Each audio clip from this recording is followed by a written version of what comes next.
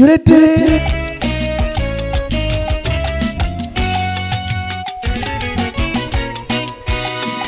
Ìrèdè mo ríre. OLAINUKAN káùsẹ̀ láti kórè wọ̀lú fún èyíkéyìí ayẹyẹ ọdún àti ẹ̀yin alára tútà. Ẹ máa bọ̀ lọ́dọ̀ OLAINUKAN káùsẹ̀là fún irúfẹ́ ẹran tí ẹ bá fẹ́ bíi màálù, àgbò, ìṣòro, ògúnfe.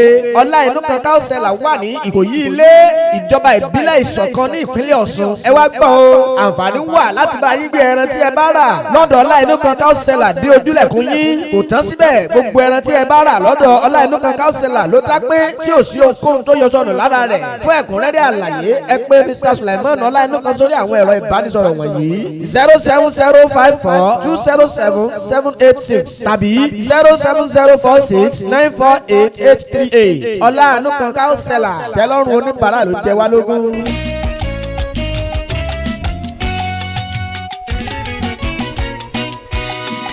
Ìrèdè.